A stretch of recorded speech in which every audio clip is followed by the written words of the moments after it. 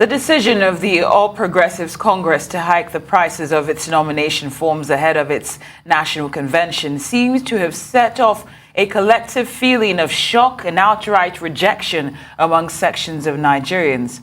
Most reactions in the wake of that decision have been highlighting its symbolism of a growing disconnect between the political class and Nigerian citizens.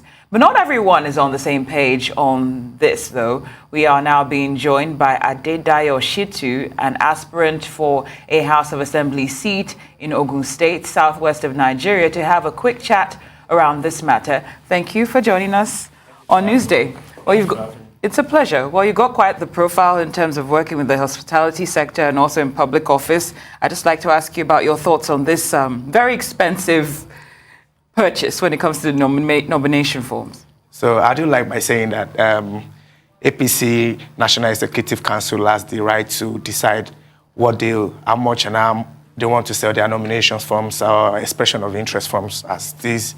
But it's a conspiracy from the political elites to disenfranchise a number of Nigerians and continue to do Nigerian political system as a business instead of choosing people based on capacity, integrity, and character, which is to be ought to be the basics for choosing people leadership in any phase, whether country, business, or whatsoever.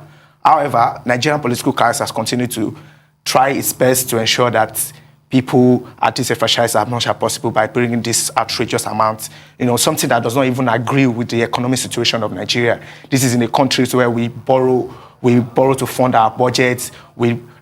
Students are on strikes, different situations on the country at the moment. And one would wonder, how will people actually raise this fund? If you're a businessman in Nigeria now, can you actually raise 100 million naira for something that you're not sure of? This is just you're expressing your interest. It's a nomination. It's not even the campaign in itself, because a lot of people have argued that campaign is expensive anywhere in the world. But this is just the first phase. It's just for you to express your interest alone. You're paying 100 million naira to contest for a position in Nigeria, in a country where there is different crime happening every day. And hardly can you see a Nigerian most Nigerians can afford more than $10 to feed per day. So I wonder how someone wants to raise more than $80,000 just to express his interest in contesting. Okay, Adedayo, you've made an interesting point there, but you're also an aspirant for the parliamentary position in Ogun State. But do you think there's growing disconnect between the political class and citizens over time when confronted with scenarios such as what we've just said? Yes, that's the reality of Nigeria, and that's what needs to be addressed. There is a huge disconnect between the people and our leadership. The reality of what political class are actually doing does not correlate with what is happening. You wonder, an average professor in a university cannot raise. Saving 100 million for his whole career might be very, very extremely difficult, because an average professor earns less than 500,000 per month. So how do you save it? So that means a professor of political science that has been in political science cannot come and contest for that position on the biggest platform in Nigeria. People that have read, that made research, that understand people's need, they cannot contest. So that's why I said that the political elites are trying to disenfranchise Nigerians from actually taking part in the political system. They want to commercialize the country in such a way that it's only people within their class that can continue to turn this thing around each other. And it's so saddening. It's continued to gapping the gap between the people and the political elites. And I will appeal to most political parties and even aspirants and candidates that want to run for office that APC, PDP are not the only parties in Nigeria. There are other platforms. If you are popular in your grassroots, you are popular from wherever you're running from, and I advise you to go to other places because basically what we need in this country is people of character, capacity, and integrity, not just money bags. What we have currently is only people that can afford it, that can do it. So that's my thoughts on that, actually. We actually spoke with a lawyer yesterday on this matter in terms of if this the amount at which this nomination form has been pegged, 100 million naira, if it's something that we can that as the electorate we just have to accept it because it's coming from the ruling party, or we can actually protest this. And he made mention that it can be challenged in the National Assembly by laws being enacted and whatnot. I'm wondering, based on your stance, if this is something that you might consider spearheading in terms of the of protesting this price. If you do get in. If you do get in. So to the best of my knowledge, actually, I'll speak to I'm not a lawyer. I've done food all my life, all my working life. Hospitality, basically. To the best of my knowledge, the new electoral act that was just being enacted, the president can spend at least 5 billion naira for his campaign. So that is what the law pegged it at. So if you compare 5 billion naira to 100 million, it's still within the law. So now this is not a conversation of legality. It is a conversation of morality. It's a conversation that speaks to our existence, actually. On the legal ground, they are right. Because the president can spend at least 5 billion for him to actualize his aspiration. That's what the law says. And a governor of a state can spend at least 1 billion naira to actualize his aspiration. I contested for National Assembly, I can spend at least 25 billion to actualize my aspiration. That's what the new electoral law says, which is weak in itself.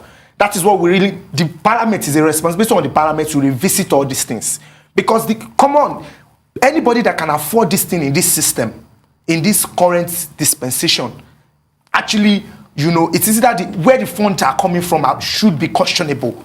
If you cover 100 million, you whether a business or whatever you are involved in something that is not certain. I think on this platform alone, there is about 11 or so aspirant already that has already shown interest. So it's not sure that you now go and take 100 million out and you now begin to see it's a risk. It's not a sure business return that you want to invest in. So a businessman cannot even do it. So the law of our land needs to address things like this and ensure that they compel political parties to ensuring that they don't take this kind of decision. And not too young to rule laws that brought people like us to contest. This is my second time of running, actually. I ran in 2019, the same position I'm aspiring to run again. The law to run is why you see the concessions that are making. They say that, okay, you can have 50% discount if you are less than 40 years. You can have this. All these laws, all these things is what the law actually compelled them into doing. So the law should go further and keep compelling them. If Arise News, for instance, want to employ somebody to come and be the managing director of this company, you advertise, you bring people, you check their CVs, their credentials, their experience, the capacity is the basis at which. So the political party needs to be compelled by law to adhere to these processes. I'm not really about money. Some other people also argue that anybody that wants to be the president of Nigeria should have to belong to certain cadre. You have to get that it's not cheap to run politics. This is not the basic thing that we need at this situation. We need capacity. We need people that has the experience. We need people that know the technical know-how to manage our economy, to manage our security situation, not people that have money. Because what the political class are currently doing, they bring out the resources. That's where you begin to see some certain personalities after 200 million. All right, if I may just come in yes. in 1 minute. Do you think Nigerians themselves are politically matured to go beyond money politics? Yes, we're talking about, people of character, integrity, and whatnot, but can we move away from that money aspect of politics? So that is another very interesting topic. Yeah, very interesting conversation there.